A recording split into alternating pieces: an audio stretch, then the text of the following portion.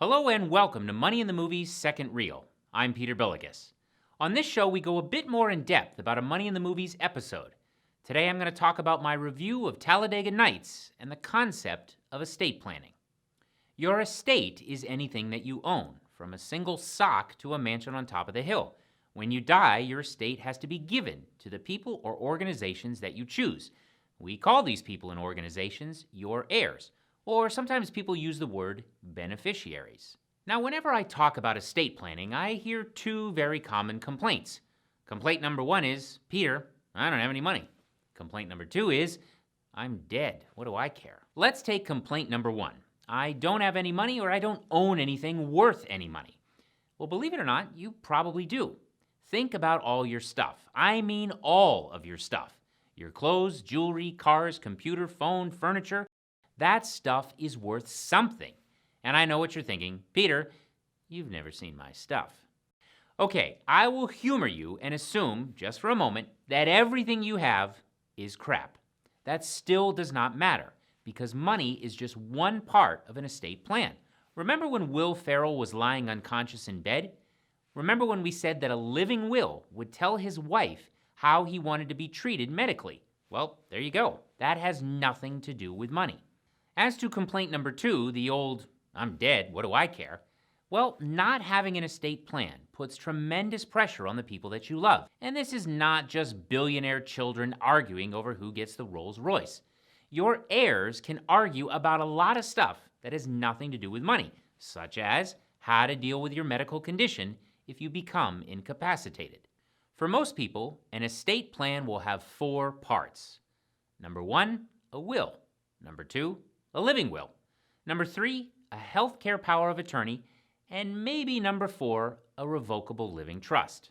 In my review of Talladega Nights, I discussed how a living will tells your heirs what to do if you become incapacitated but are still alive. A healthcare power of attorney is simply a legal document that actually gives your heirs the authority to carry out those medical wishes. So for example, if you did not want to remain on life support, your living will would state that your wish was to have the proverbial plug pulled. The healthcare power of attorney would give the person you designate, mom, dad, husband, wife, brother, or sister, the legal authority to actually pull that plug. A will, as many people know, comes into play when you actually pass away. When you die, your estate goes through a legal process called probate. This is a procedure where the courts determine how your estate is to be divided up. It's also a chance for people to get in line and say, hey, wait a minute, that dude owes me money. Let's imagine you had $10,000 in credit card debt and you owed it to Visa. Well, when you die, that debt doesn't just go away, it comes out of your estate.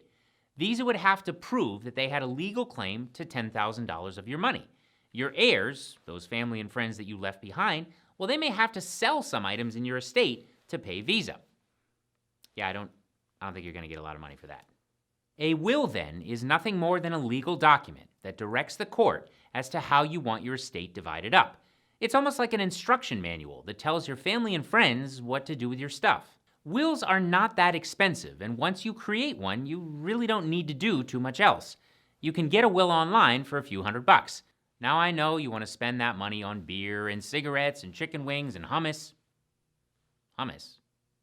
Well, anyway, it's crucial that you do something now. The hummus can wait.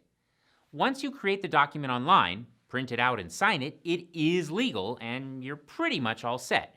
Down the road, you may want to have an attorney look it over, and that will cost some money. But for now, just do something. The final part of an estate plan is a revocable living trust. Now, contrary to popular belief, a revocable living trust does not save you money on taxes. What it does is bypass the costly and timely process of probate. Now, not everyone needs a revocable living trust, but if you have significant assets, like if you own a business or a home, it's probably worth talking to an estate planning attorney. Estate planning is totally boring, but it is necessary. Start small and do something. I'm Peter Bielagus, and thanks for watching Money in the Movies, Second Reel.